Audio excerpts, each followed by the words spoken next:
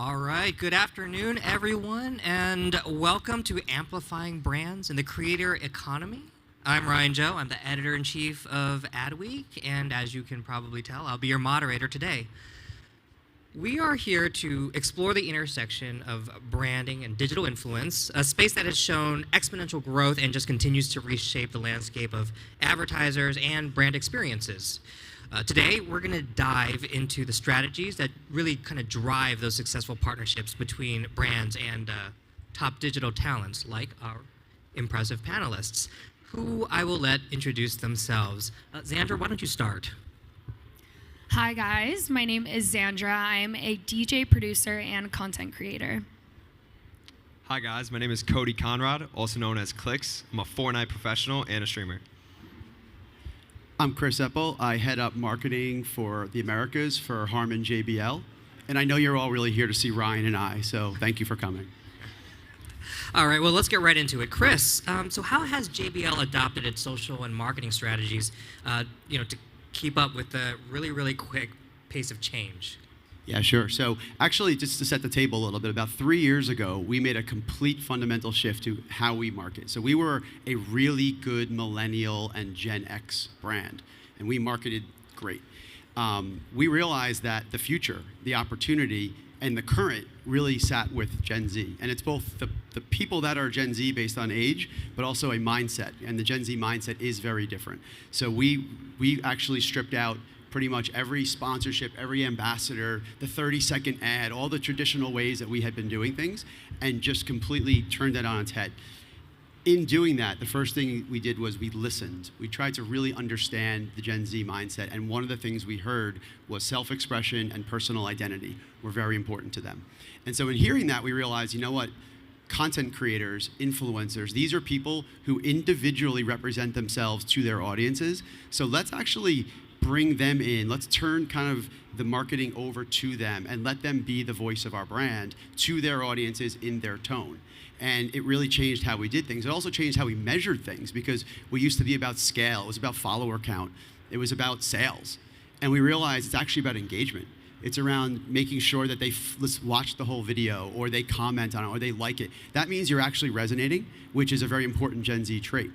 That led, in part, one of many, to our first partnership with Clix, because as we were launching a gaming headphone, we realized you needed someone with credibility. You needed someone people who would listen to. So we sat down, we talked to him, we learned about the fact that he's really into giving back, philanthropy. So one of our first, or we've done several things with him, but one of our more recent ones was we actually went into a big retailer during the holiday. We had Clix come in, do his stream, but then also do surprise and delight giveaways to kids and give them shopping sprees. And in doing that, we had over 1 million Twitch views. We had, your 8 million followers were all watching it, and we just made people a little happier. And the comments and all of that really just sat so well with our audience. So it was an example of using content, creator culture. You had mentioned you had identified this need to kind of shift over from targeting millennials and Gen X to Gen Z. What was that? Was there like a specific moment where you realized that? And how did you sell that in? Because that's a pretty big shift. Well, great team here. They're all in the front here. Amazing team that were behind this. I want to make sure that's clear. But funny enough, I was in my interview for this job, and we had a conversation around how great you are at millennial. You're always supposed to say something positive when you interview, right? So I said, you guys are great at millennial marketing, but you really need to be thinking about the next generation. Gen Z wasn't even a term yet. This is going back like 8-10 years. That began kind of the sell-in of the idea, which led to something we did called JBL Campus, which was a college influencer platform. But it was around this idea of like, you can't think about today. You've got to think about 15 years from now. And yes, they don't have a credit card, or if they do, they're in a lot of trouble if they buy one of our headphones. But hopefully they're influencing purchase to mom, to dad, and they're hoping to make that purchase and become a loyal fan for the future. Clix. So you've been in gaming and streaming for over 7 years, and you've amassed 8 million followers, as Chris pointed out earlier. What are some of the biggest changes that you've seen in the industry that have kind of impacted your trajectory? Yeah, I mean, when I first blew up, when I was 13 years old, won $168,000 in a Fortnite tournament. There wasn't really any other social media other than YouTube and Twitch, and at the time, I blew up on Twitch. So ever since that, they came out with an app called TikTok, and the first video I posted had 1 million views in 4 hours, and that's what I knew is going to be the next platform to promote every single thing. So TikTok has definitely been the biggest change ever since I blew up. It's really interesting because you're cross-platform. You're on Twitch, you're on TikTok, YouTube also. Everything. Just how has that kind of transition been as you sort of onboarded these new platforms and had to kind of learn the rules? Yeah, man, I have multiple TikTok accounts, one for clips right after the stream. So right after I end my stream, there's 5 clips, even during it, 5 clips that are all about the stream or hyping up streams that I'm already doing. So it's just the best platform to possibly promote any streams or anything you're doing.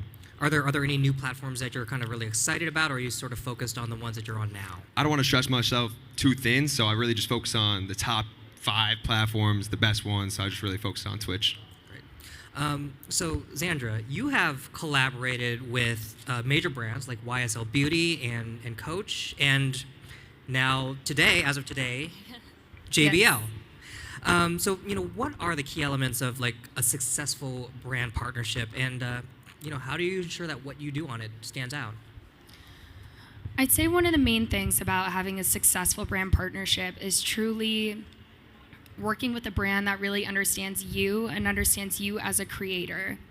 Because I feel like sometimes you can get briefs and stuff where they can kind of pigeonhole you into exactly what they think is going to work best, but at the end of the day, you are the creator and you know your audience best. So when you work with brands such as JBL, where you're just able to truly work together and come up with the best strategy to promote a brand or product that you love, I feel like that's the best. That's when you come up with the best content. Is JBL your first electronics brand partnership? Yes, this is my first audio partnership, which is very exciting for me because audio has always been such a big pillar. I'm a DJ, so I'm constantly surrounded by speakers and headphones, and yeah, I'm just super excited about this new partnership. So I know it's still early, but you have a lot of experience working with fashion brands. Mm-hmm. Now you're working with an electronics brand. Is there anything different in terms of how you approach that collaboration? I wouldn't say there's necessarily anything different. I feel like the most important part is truly just loving the brand and loving the product. I mean, there's so many different ways that you can go about it. I just need to make sure that I use the product every single day and I'm integrating it into not just the brand partnership content, but also the organic content that I'm posting. Because I feel like sometimes if you just post a product and you're like, oh, buy this, but they've never seen you use it before, it just doesn't come off authentic. So, Chris, JBL has worked with some of the biggest names out there, from Giannis to Doja Cat. What attributes does JBL consider when you're choosing a creator to partner with? Yeah, so I'd say a lot of brands. Let me talk about a lot of other brands. Look at, for athletes, stat sheets. Most 3 points, can throw the ball the farthest, can run the fastest, right? They look at musicians, they look at downloads, gaming, wins, kills, etc. For us, the first filter is that they have an interesting story to tell. We want to make sure that we're finding people whose story is bigger than us, right? And their story is resonating, so has a story to tell. Second is that they engage, and they want that story told. They want that story told in social platforms. They want to engage, right? It's not something they're hiding from. It's not something they're embarrassed of. If you look at, you brought up Giannis, with Giannis, we were early with him. Like, his story's been told so many times. We were part of the early telling of the incredible story he had. And then, we just want to make sure that, like, there's a fit with our brand values. So they are consistent with how JBL thinks and JBL's platforms. We believe that people want their voice to be heard. We call it making voices heard. We want people who believe in what we believe in. So that's been truly important to us. You brought up Doja Cat. With Doja, she checks all those boxes. But when you look at how we went to market with her, and actually I'll credit one of my colleagues down here who said this, we don't tell content creators how to create for us. That's called a TV ad, right? You say, here's your script, say this, action, off you go. We say, use your voice, your tone. How do you want our story to be told? So with Doja Cat, she came to our team and said, I want to call your brand Jibble. And first of all, I had been working there 5 years. I didn't even know that I didn't even realize JBL spelled Jibble, because it's like I'm corporate, very traditional mindset. But her creative brilliance is what attracted us to her. And the Jibble announcement that she did of our partnership, she did it on TikTok. And our agency was very quick. They did a duet of kind of one of the funnier things she did in the video. It got 42 million TikTok views in a couple of days. But we talked about engagement before. The duet total time of views was 13,700 hours, which is a little over a year and a half of content. That'd be like running a commercial for a year and a half, because it was in her voice, in her tone, in her way. So we really try to harness the power of what makes her special.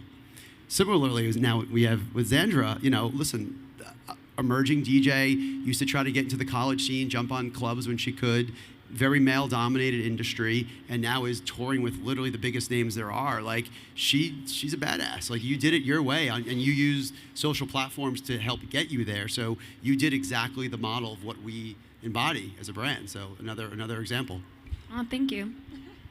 It feels like working with Doja Cat kind of opened up your mind to other potential partnerships and kind of might have led you to working with XANDRA. Does that happen often? You kind of partner with somebody and you're like, oh my God, there's this whole other universe that we can tap into. I mean, we stay true to our, do they have an interesting story to tell? Do they engage? Are they consistent with our brand? That's always going to be the top of the filter.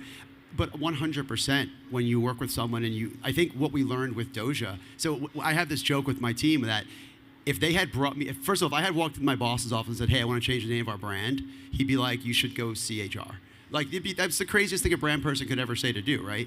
But I think it reminded us that you have to trust content creators, you have to trust partners. So I think more it's opened our mind to who we're going to work with and open that trust aperture a little bit. Oh, that's interesting. That's like a big shift from how brands used to think when they wanted to control every aspect of their marketing, and now you're kind of giving stuff up to having your partners collaborate with you. So Clix, considering your global fan base and you have a very diverse platform presence that we touched on earlier, how do you ensure that your brand partnerships remain genuine and that they are authentic? Yeah, well, first and foremost, I'm only going to work with a brand that I actually enjoy. If I work with a brand that I haven't even used or enjoy, the community, the fans, the views, they're going to see right through it, and they're going to see that it's an easy money grab and it's a one-off. So number one is just always making sure I actually enjoy the brand. That's the most authentic way to do it. How about you, XANDRA? Do you have any personal do's and don'ts when it comes to collaborating with brands to ensure authenticity? I think it's kind of what I said before, where let's just say skincare or makeup, a whole different sector. I have to make sure that I'm using this product organically, at least for a good amount of time before I actually do the brand partnership. I have to know that I love it.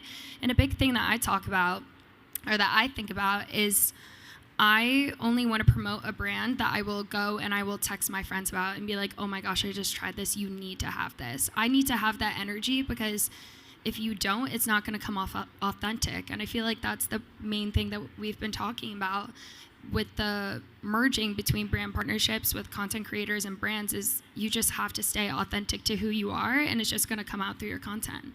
If it's a new brand partnership, maybe, or a new brand that you're partnering with, someone that you're not familiar with, how long does it take for you to kind of test the product? And do you have a process to kind of onboard to the point where you're comfortable telling your fans about it? I think it's different from sector to sector. Obviously, skincare, I have to use it for a while to make sure, my skin doesn't break out, I'm not sensitive, all that sort of thing. But sometimes, let's just say alcohol, you can try alcohol once, or a soft drink, and you can try it immediately, be like, I love this. Or there's something with audio. Obviously, when JBL came to me about this brand partnership, I've known about this brand for forever. I've been in love with it. I've never been so excited for a brand partnership, because I'm able to kind of cross-section all the points of my career, the DJing, the social media, and kind of bring it all into my workplace. But yeah, I'd say it really depends from thing to thing, but there's some things where you just like no instantly. I think with alcohol, you should just be like, I can't decide, send another case. But not to, Just not, keep not sending to it, Clix. please. Yeah, not to Clix, I don't think, right? No, not to him. Yeah, I'm not 20. to him. But actually, kind of similar question to you, Clix. You know, a brand that you're not familiar with wants to partner with you. You want to give them a shot. What's your process for sort of onboarding them?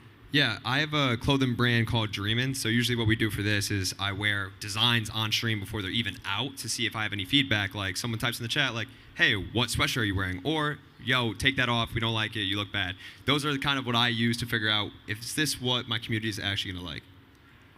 So you guys both have had really interesting. Oh, sorry, Chris, were you going to talk? I was just going to say that no one's ever asked me what I'm wearing, but that's okay. Well, you look good, so it's okay. We're millennials, so we just get our clothes from like the Banana Republic. No offense if anyone's there, if anyone is from Banana Republic. I'm just happy he thought I was a millennial. That's actually pretty cool. Oh yeah, you're Gen X. Sorry about that. He's the oldest one here. Unbelievable. So XANDRA, you and Clix have both had really interesting and different journeys to get to where you are. So XANDRA, you started college campuses, and you're kind of now sharing the stage with icons like Diplo and Kigo, and you're headlining your own tours. So you kind of think back on that journey. What have been some of the key lessons that you've learned? I'd say, I started off in high school where I'd say the biggest full circle moment. Should I talk about that? Totally. Okay. So the biggest full circle moment that I had is growing up, I was from Cincinnati, Ohio, and I always used to go to Lollapalooza, which is this massive music festival. And one time, my junior year in high school, I went and I saw Alice in Wonderland performing. And she's just like this small little Australian girl that was commanding the biggest crowd of Lollapalooza, headlining the stage. And I went home that day and I was like, I want to become a DJ. And I was like, I'm going to do whatever I can in my power to get this to work out. And then this past summer, I ended up performing on that same stage at Lollapalooza, and it was the craziest full circle moment of my life. And I feel like the biggest thing, the takeaway that I get out of that is honestly just never give up on your dreams. And sometimes, people are going to hate, people are going to say things, people are going to say you can't succeed, that you can't do it, but I let it fuel me almost, where every single time somebody told me that I wasn't able, I wasn't going to DJ, or I wasn't going to be successful in this space just because, I was a girl. People look at me and they're like, there's no way you're a DJ. It happens all the time, and that's okay, and it fuels me, and that's how I got to where I am today. I'm just kidding. Did you always have that fire in you, or was there, initially when somebody would doubt you, you'd kind of, you'd feel it more? I definitely have a fiery personality, so naturally I feel like that I've always had this drive in me to succeed, and I knew ever since I was young that whatever I want to do, I want to be passionate about, I want to love it. And so when I landed DJing and doing this, I love what I do, and I'm just going to keep doing it, And if you were to go back and advise your younger self, what would you tell her to not do, and what would you tell her to do more of? I tell her to let the haters hate, let them say what they're going to say. You can't control how other people think or what other people do. All you can control is your reaction to it, and I feel like that's the most important thing, and let it fuel you to do what you want to do. You're in control of your own future. How about you, Clix? If you were to go back and talk to, when did you go pro? Were you 13 or 14? 13. 13 was the big year. All right, so you go back, you talk to your 13-year-old self. What would you tell him to not do? What would you tell him to do more of? And do you think your 13-year-old self would listen to you? That's a crazy question, because when I was 13, the first year, I averaged 20,000 people concurrently watching me at the same time. So that came with a lot of hate. A lot of people would comment how I look like, etc. And what I realized is, as now where I'm 20, if people are hating on you, you're doing it right? So I would tell my younger self, or even my older self now, it's like, if they're hating on you, you're doing every single thing right. Don't let anybody tell you that you can't do something, especially even parents. My parents at start didn't believe on me, right? Until I made a lot of money. So my 100% would tell myself, just focus on what you really want to do and just manifest your dreams. Actually, do you guys have any advice for just not letting the haters get to you? You go first. You? No, you. All right, I'll go first. Number one thing I would say to not let them get to you, I mean, there's only one time you could hate, and that's if they're jealous of you, at least like in my standpoints. Like when I was 13 and even now where, you know, I'm young, I'm trying to just accomplish my dreams. There's only really one thing to do, and to get to you at least is to hate. So what I would tell you, anybody going through something, trying to accomplish your guys' dreams, just honestly ignore it. Use it as fire, what XANDRA said. Use it as motivation. That's my biggest thing ever. I'd say for me is just be 100, like honestly, everything that he said, but also just be 100% confident in everything that you're putting out and everything that you're doing. If you're confident about it, no matter what people say, I just have this force field up where like people can say whatever they want to say, but at the end of the day, I'm confident in every single thing that I do. I love what I do, and I'm just grateful to be here, you know? So we're going to move on from haters and move to something much more uplifting, which is new audiences. So Chris, that's a big challenge for brands. Do you guys like the segue? That's a big challenge for brands, is just kind of reaching those new audiences. So do you guys have any strategies to really, implement this successfully? Yeah, I mean, going back to the what I opened with about we departed from a very comfortable place in sort of the millennial Gen X world. So it was a very big risk for the brand to say, we're going to completely change our mindset and who we target. Little interesting fact, Gen Z, I just read this the other day, by 2030 are projected to have impact on $13 trillion worth of purchasing power, both their own purchases and the influence they have. So we knew we were fishing in a very large pool, right, when we made this move, but there's always a fear that you're going to upset a group that maybe was buying you. When you think about JBL and the Harman portfolio as a whole, I mean, some of our products are, Gen Zers are not going to be able to afford them or even probably want them, like luxury audio or some of our more premium stuff, or, speakers for your car, right? Most Gen Zers are now maybe just starting to get licenses. So, we knew we were making a bit of a shift, but the reality was what we did first and foremost was you asked the question about strategy. We didn't make it about the people, we made it about the mindset.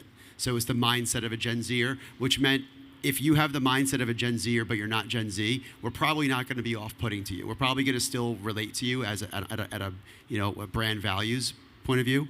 But then tactically, some of the things we did, so I mentioned a little bit, we launched a campus program because we wanted to, when we entered into Gen Z culture, wanted to be credible. So we wanted to go to people that were just of influence in general, right? They're getting their education. They're probably hopefully going to be part of the future of whatever their endeavors are going to be. So we felt like it was a very wise place for us, and we did it again through kind of an influencer model. So first and foremost, if you go to University of Texas, you've got 50,000 students, right? That could be in your base, plus all the adjacencies behind that. So we knew we were doing something smart with that.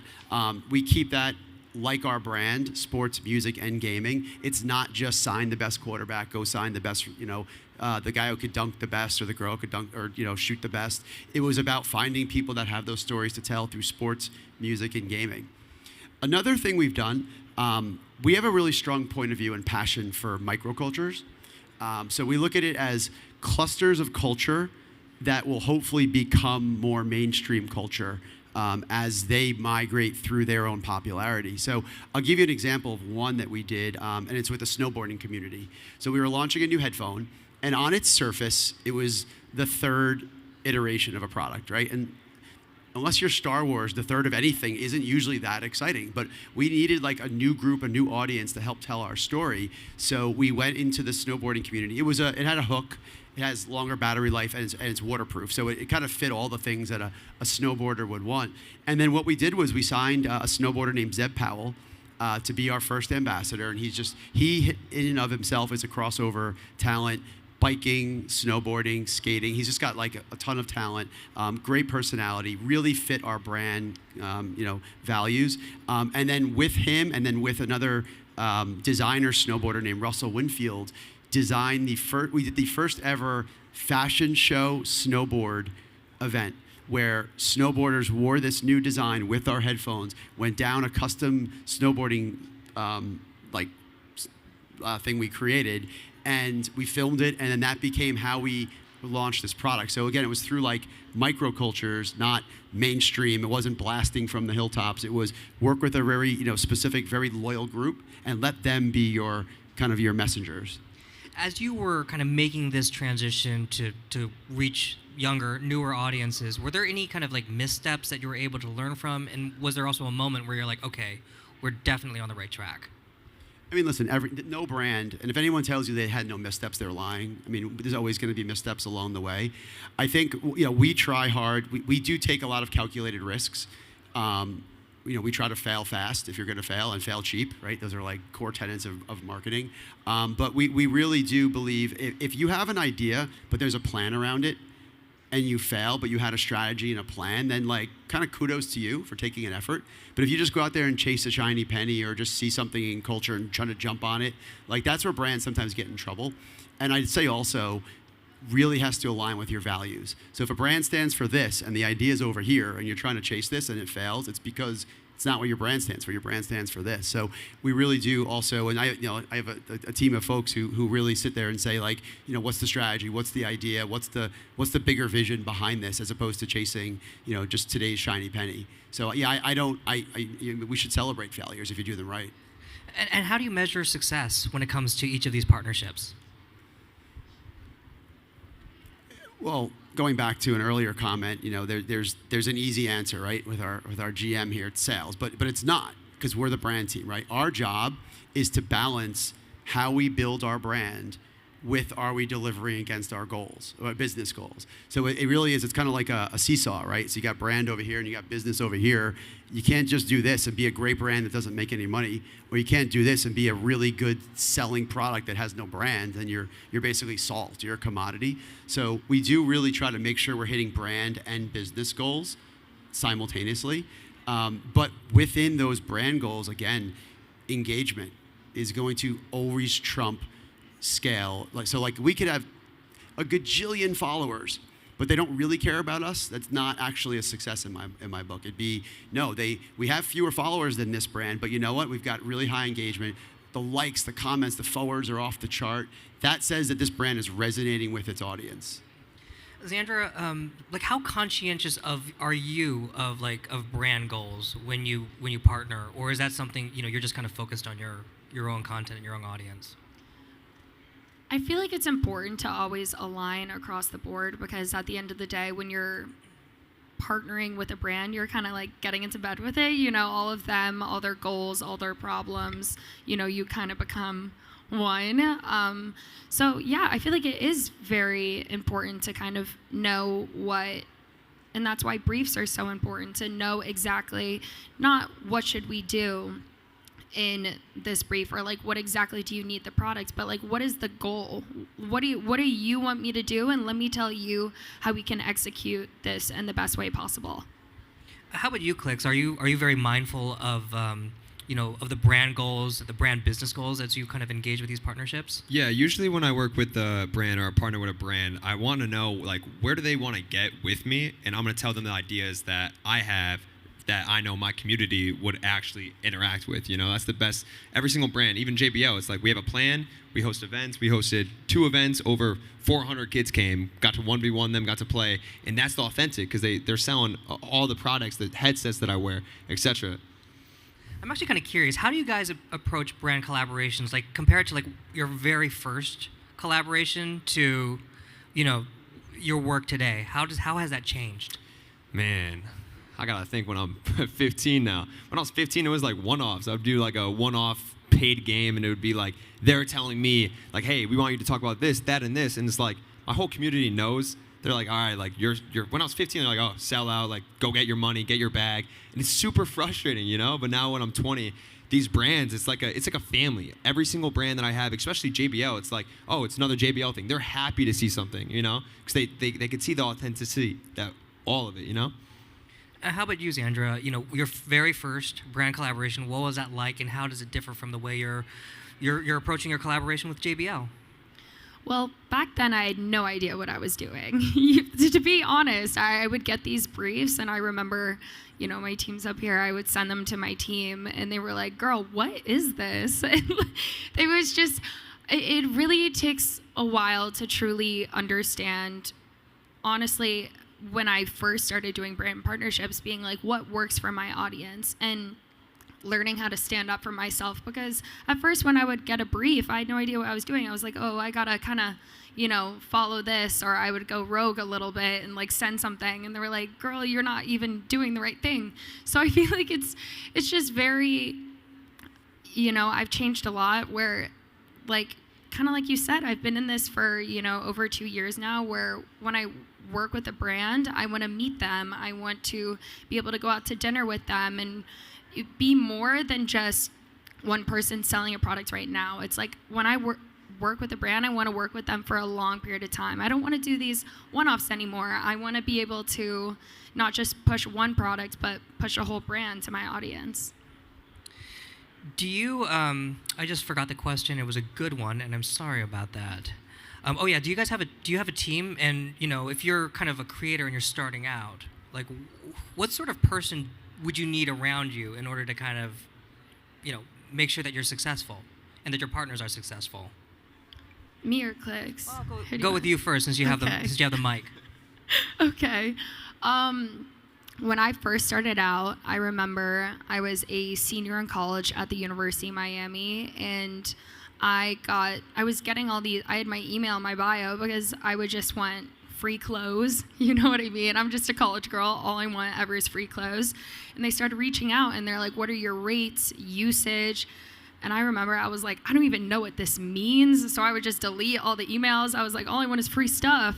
And so then I got, I think, around 50,000 followers, and I was getting a lot of traction when I just started talking about my life, and I would do my makeup and get ready, and then my manager, who's here, ended up reaching out, and I had meetings with like 10 different management agencies in one day, and I met her, and I was like, this is it, like we're stuck together for life, and we've been working together for a very long time, and I have a large team. I have about like 15 people working with me at all times, which is crazy to think about because I'm just like a little old me. But yeah, it's crazy.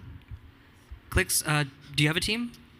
Yeah, I mean, starting off, I dropped out of middle school, which is crazy to say. People are gonna look at me as like I'm an idiot, which I am school idiot, but I actually have knowledge about life. But starting out, man, a lot of brands, not necessarily brands, just people try to manipulate you, because I'm 12 years old, 13 years old, I'm easy to be manipulative, right? So my dad just always had my shoulder going into it. And then eventually I found my manager right here. His name's Michael Feldman, and he's helped me out through since I was 13 to 18, and even now we still work together.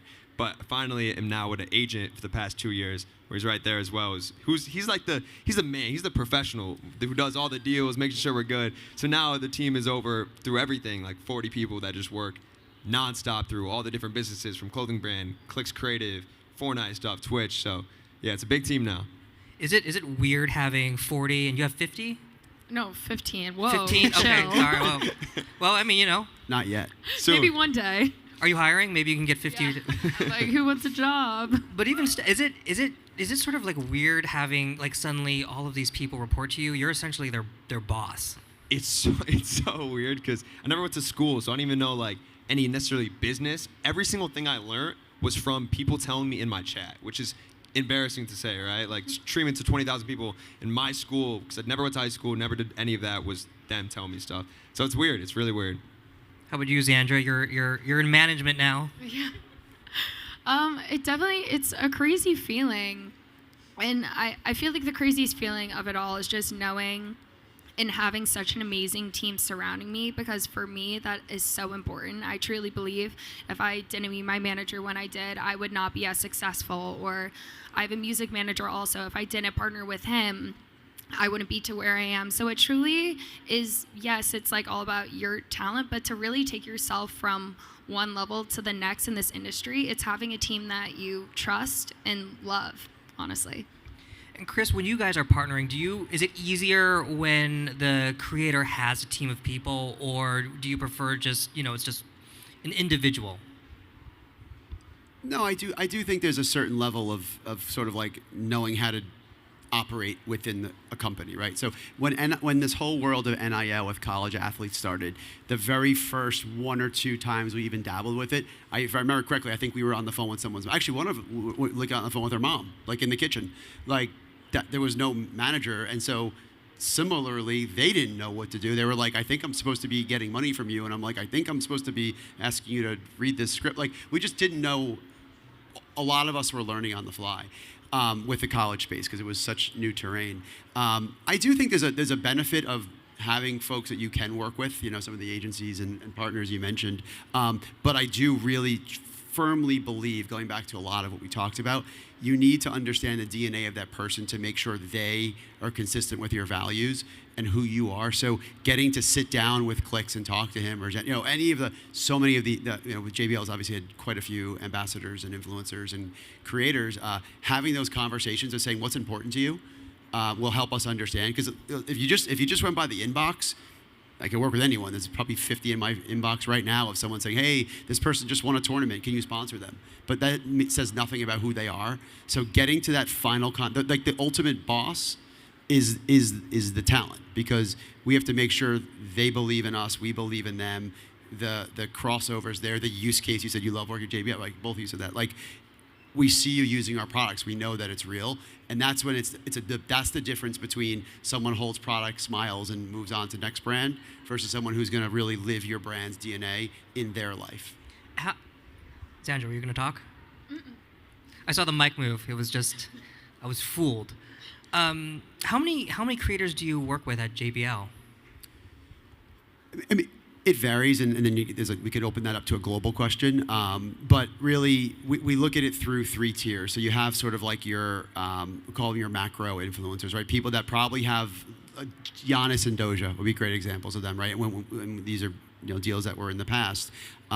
Their reach, they press the button one time, and what happens is global.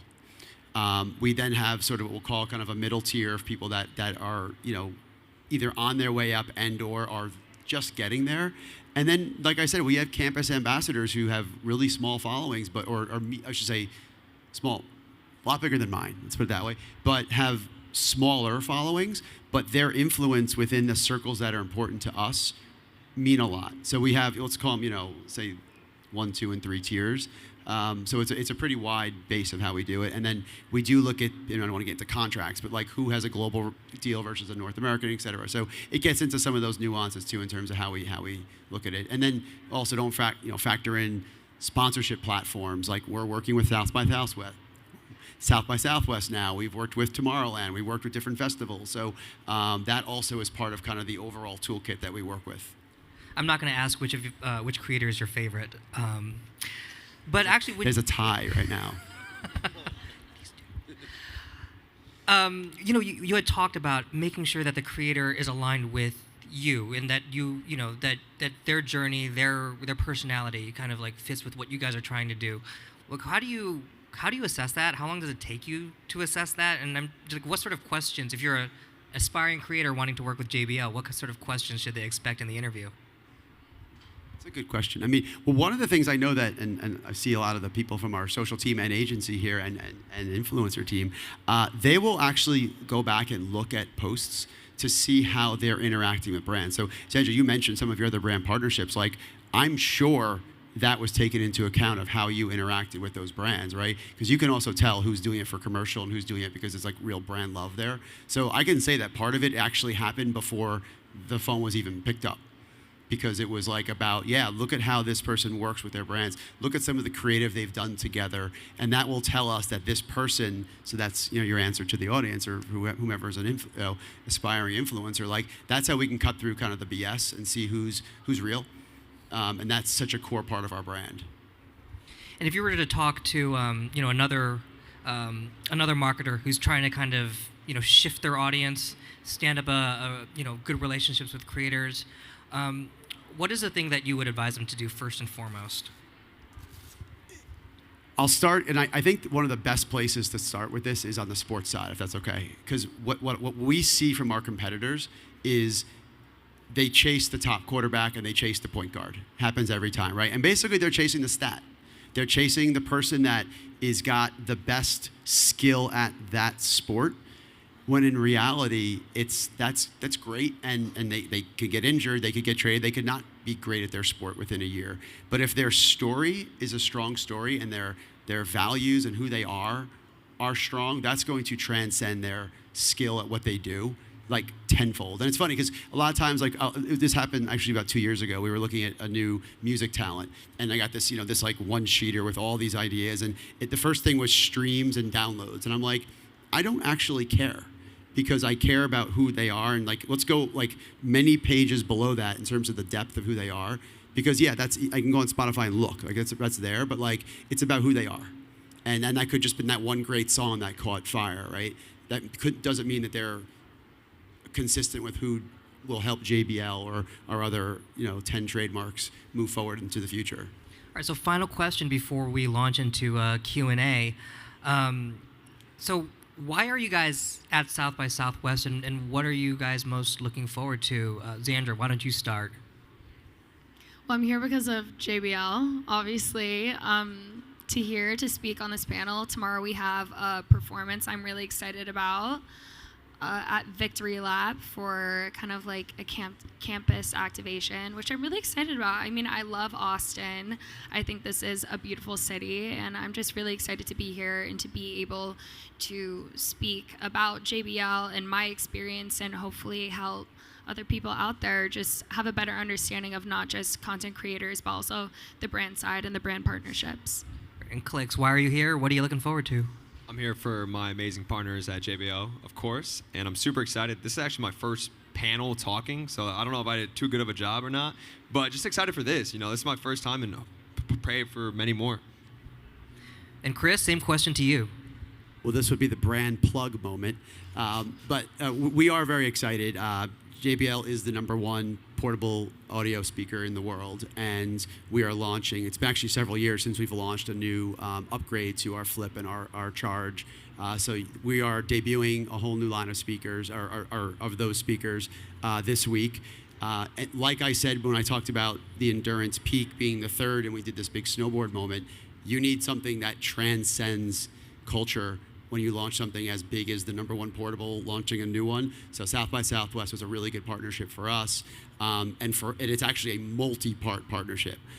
So we have what we're doing with, we built a JBL bodega that goes live in like a few hours. It's at 310 in downtown, and that's going to be basically an immersive. It's a convenience store, but every single thing you see, touch, or feel, or the same as touch, will be consistent with the new benefits of our speaker. So it's got this really immersive feel to it, with artists and DJs and performances all day. So it's good for several days. Then you go next door, and we're partnering with Rolling Stone for their Future of Music. We always talk about emerging music as a really rich place and almost its own microculture. So we're partnering with Rolling Stone for their Future of Music, and that's at ACL Live. And then XANDRA, like you mentioned, you can't come to Austin. You can't have a campus program and not do something at University of Texas. So we are going to be having a third activation at a venue called Victory Lab, which is like kind of an on-campus, off-campus location. But the takeaway for that is it was our way of like kind of giving back to the school, and giving them their own South by. So we're throwing this really kind of fun, exciting event, similar, all about the product, all about the Flip and Charge launches that are coming up. So it's just a great effort. The entire team, this whole front row is the team that are, and actually some of the second row, is the team that's responsible for it. So that all the credit really sits here for what we have, and it's just gonna be a really exciting week for us. It literally starts this moment in this panel. That is an insanely full itinerary. I hope you all were taking notes. And I think we have time for Q&A. I don't know what the mic infrastructure in the audience is like, but we're going to find out soon. Oh, we got a runner. All right. Behind you. Hey there. Thank you, guys. Quick question for the business owners out here. The process of approaching the creators. And you mentioned finding story that resonates, core values that resonates. In terms of actual process, can you just kind of walk through like what that courting engagement process looks like in order to create a partnership? So I just lost $1 because I bet that no one was going to ask me any questions. They're only going to ask them questions. So you owe me $1. I think #1 for us, and I have there are people here that are way better at this than me that are, like I said, up in the front, is staying tapped into culture. And when I think about what we do for a living, so I always kind of have this little thing I say, it's like, the most emails checked doesn't win, right? You need to be out there. You need to be seeing what's going on platform, right? On TikTok, looking on Snap, seeing what's happening, but then also just being out in culture. And so I really push us all to make sure we're either taking the meeting, hearing what someone's saying. Like I was just the other day where we were so busy, and I told my team, I was like, yeah, I'm actually stepping into, I won't say what agency, but it was an agent's office. And I literally sat down, I said, what you got going on? And for an hour, he just talked about the talent he's working with, some new platforms they're looking at, this sport they were surprised by, and kind of the joke that I say when I talk about it is like, you have 2 ears and 1 mouth for a reason, so use the 2. Like really take the power of listening and spend a lot of time just observing. Same with eyes, right? Just spend a lot of time observing and listening, and then from that, hopefully being able to make informed decisions around where good opportunities lie.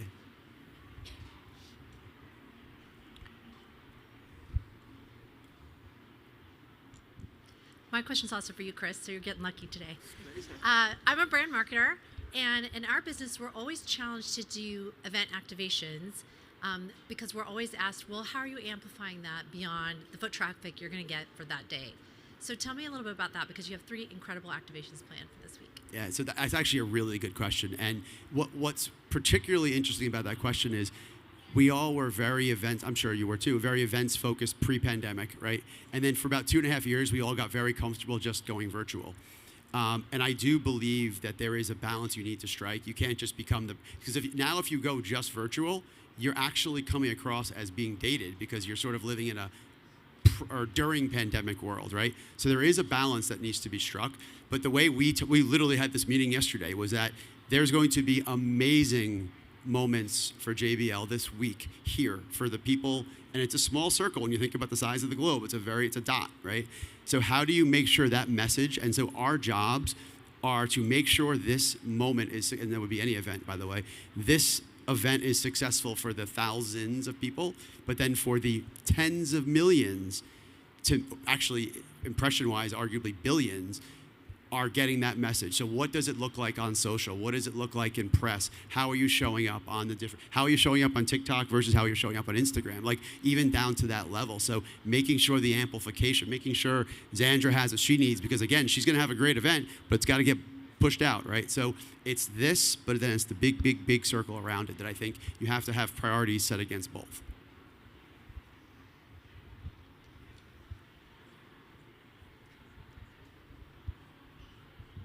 Hi, this is actually a question for XANDRA and Clix. Thank you. Give you a little bit of a break. Clix, you did fine, by the way. You did great. Thank you. You're welcome. So XANDRA and Clix, I work for a TV and film production studio and company, and we're honestly looking to partner with creators to create new content. We're established in the TV space with the streamers, but we're looking to make more economical content. And while my company might not be the direct partnership with y'all, just as creators and people who are putting out content, music, as well as your streams, I just wanted to kind of gauge y'all's, I guess, what the interest and what y'all would be looking for from a partner to come in and say, hey, we're not just going to sponsor you, we're not just going to give you product, but we want to help you create content and push that content out. And if that's even something you're interested in, if it's not, that's fine. I'm curious what y'all's thoughts are on that. I think something that's really important to me, when honestly, for me, things have to go through my team and then they eventually get to me. So I feel like coming up with a really good pitch that is, I know something that's important when people are pitching my team is something that is specialized to me. It's not just them pitching like, this is the product, this is what we want to do, like these are our company's goals, but it's like, this is the reason why we want XANDRA, this is why we want her here, and this is what we feel like we can do specifically for her. And I feel like just really laying out those points can really help you, become successful in your space. Yeah, following up what Xandra said, it's like knowing the creator before actually sending them a pitch. It's like if you know, for example, my goals, the pitch that you're going to send to my team is going to be like, hey, like we want to work with Clix and we want to help him achieve this goal. Then they're going to be like, hey, Cody, you want to do this? I was like, yeah, of course. It's going to help me do that, you know? Awesome. Thank you, guys. Thank you. Actually, I'm going to build on that too because I think, I like what you just said, Clix. So you're warming up. You're doing good. A partnership is by definition a partnership, right? That's in life and that's in this business we live in. So it really has to be mutually exclusive. I'm sorry, mutually beneficial. It really needs to be this like, the old idiom of 1 + 1 = 3, where the brand is winning off the charts, and that's great, but so does talent, and so do the people you work with. They have to win off the charts too. It's not meant to be where just one side wins. It really needs to be a 1 + 1 = 3 moment. Hey, Xandra and Clix, nice to meet you. Nice to meet you. I'm the head of partnerships for a micro-influencer. Really curious what you wish your person would do better in this role. Ooh. Wow. Cutting to the chase. I mean, honestly, I am so grateful, not just because she's here. I would say this every single day, but I think it's so important to have people around you that don't just see you as a dollar sign, but genuinely care about you and your goals. And it's not just about, checking off these boxes to get through the week. It's the first time I ever had a meeting with my manager. She says, what's your goal for this year? What's your goal for next year? And what's your 5-year goal? Where do you want to be in 10 years? And let's strategically do partnerships or work together. What can we do to get to those goals? And so I'm blessed to have such an amazing experience. I've had the same management and same team. I've never switched anyone out on my team, but I would just say really not just care about the money that you're making your talent, but genuinely care about the talent, because it, like you said, it's a same as, to me working with JBL. It's mutually beneficial, and I feel like that should really come off in the partnership that you have with your client. Yeah, following up what she said, I think steering your client in the way that they want to be steered, like if they have a certain goal, I feel like you should focus on that goal and try to get deals around them or connect them with people that will actually help them get to that goal, Thank you. Thank you. I think we have time for one more. There's someone behind you. Chris, my question is for you, and I wrote it down because it's a little long-winded. So JBL is a really huge brand in the music space, and music, especially in the Americas, has a really budding cultural diaspora scene, which we can see through the rise of Afrobeat, Latin, K-pop music. Chris, do you, as someone leading JBL's Americas team, have any strategies or goals in place to target this scene and community specifically? Yeah, that's a great question, and good use of the word diaspora. I look at it from a couple fronts. One is go back to the comment about microcultures in general. Even within music, you have subsets of music, right? That like you brought up Afrobeats or different. There's so many we could list. We are constantly. Is that me? We are constantly looking at and thinking about where the right places to place strategic bets are. There actually will be news we're excited to get to soon, where we've made some strategic investments in the music space. But the question, but I like where you went with the question, but I still think we think about it even more broadly, like what types of athletes, what types of sports, like again, go back to the comment on snowboarding, but like what's next? So part of our job is to do our job, but it's also to be thinking about what's next. And that's really where we're always looking at sports, music, and gaming. Those are typically our 3 cultural pillars. But I will also say there's so much crossover between them now that it actually makes it as challenging as it is exciting to actually think about where we head next. All right, I got the signal. I confirmed the signal. I think that's it. So thank you so much for coming out and listening to us talk, and thank you to my panelists for just being awesome. Thank you. Thank you.